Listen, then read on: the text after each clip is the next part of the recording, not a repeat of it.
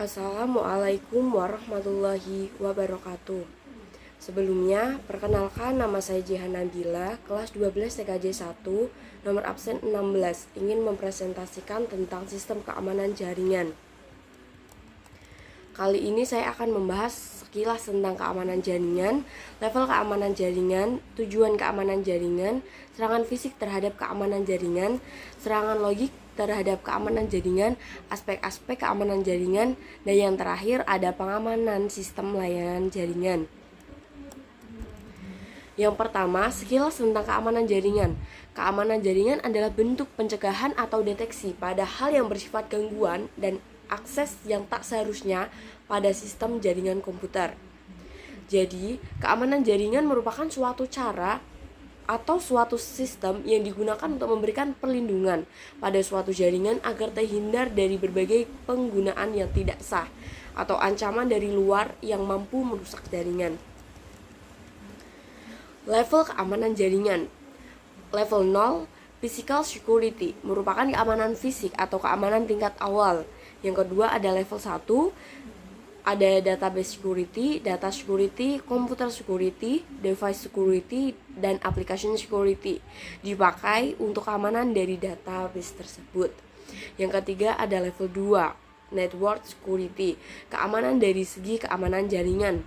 Yang keempat ada level 3, information security, informasi seperti kata sandi yang dikirimkan kepada teman atau file-file yang penting.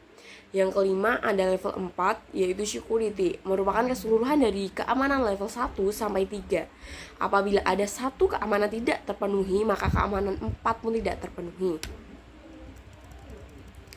Tujuan keamanan komputer adalah untuk mengantisipasi risiko jaringan komputer berupa bentuk ancaman fisik maupun logik. Serangan fisik terhadap keamanan jaringan. Serangan fisik merupakan serangan yang bisa terjadi pada perangkat keras atau hardware itu sendiri. Serangan fisik terhadap keamanan jaringan dapat menyebabkan beberapa kerugian, di antaranya terjadi gangguan pada kabel, hard disk konsleting, dan data tak tersalur dengan baik. Adapun serangan logik terhadap jaringan komputer. Serangan logik adalah serangan yang terjadi pada perangkat lunak jaringan seperti data dokumen, database, dan lain-lain. Serangan logik yang bisa terjadi diantaranya, 1. Ada SQL injection, adalah hacking pada sistem komputer dengan mendapat akses berbasis data pada sistem. Yang kedua ada DOS, denial of service, adalah serangan pada sistem dengan menghabiskan resource pada sistem. Yang ketiga, traffic flooding, adalah serangan pada keamanan jaringan dengan membanjiri trafik atau lalu lintas jaringan.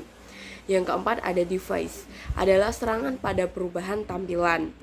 Untuk serangan logik terhadap keamanan jaringan sebenarnya masih banyak, tetapi di sini saya hanya menyebutkan 4. Untuk aspek-aspek keamanan jaringan, yang pertama ada privacy atau confidentiality atau kerahasiaan, adalah menjaga informasi dari orang yang tidak berhak mengakses. Yang kedua ada integrity atau integritas, yang artinya keutuhan. Informasi tidak boleh diubah tanpa izin pemilik atau pemilik informasi. Yang ketiga ada authentication atau autentikasi, metode untuk menyatakan bahwa informasi betul-betul asli atau orang yang mengakses atau memberi informasi adalah betul-betul orang yang dimaksud. Selanjutnya ada availability atau ketersediaan. Data dalam sebuah server harus bisa diakses kapanpun dan dimanapun sesuai kebutuhan pengguna. Selanjutnya ada access control, cara penggunaan akses kepada informasi berhubungan dengan masalah authentication dan privasi. Selanjutnya ada non-repudiation, menjaga agar seseorang tidak dapat menyangkal telah melakukan sebuah transaksi. Selanjutnya ada pengamanan sistem layanan jaringan. Yang pertama, mengatur akses atau access control. Dengan mengatur akses ke informasi melalui mekanisme authentication dan access control, implementasi dari mekanisme ini antara lain dengan menggunakan password. Biasanya digunakan dengan mengelompokkan pemakai dalam grup. Yang kedua, menutup service dan port yang tidak digunakan untuk mengamankan sistem. Service yang tidak diperlukan di server atau komputer tersebut dimatikan. Demikian pula dengan port yang tidak digunakan dapat dimatikan atau diganti dari port default. Yang ketiga, memasang proteksi atau firewall. Secara fundamental, firewall dapat digunakan untuk mengatur dan mengontrol lalu lintas jaringan. Firewall dapat melakukan inspeksi terhadap paket-paket dan memantau koneksi yang sedang dibuat, lalu melakukan penapisan atau filtering terhadap koneksi.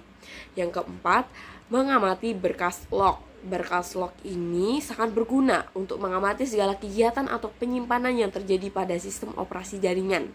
Yang kelima, ada backup secara rutin. Hal ini dilakukan untuk menghindari hilangnya data akibat bencana seperti kebakaran, banjir, dan lain sebagainya. Untuk backup secara rutin ini, data backup ini sebaiknya disimpan di tempat yang berbeda, tidak disimpan di tempat yang sama untuk mencegah hilangnya data. Yang keenam, terakhir, penggunaan inskripsi. Dengan penggunaan teknologi inskripsi, data-data yang dikirimkan diubah sedemikian rupa sehingga tidak mudah disadap. Sekian yang presentasi yang saya sampaikan. Mohon maaf jika ada kesalahan dan kekurangan. Saya Jihan Nabila berterima kasih. Wassalamualaikum warahmatullahi wabarakatuh.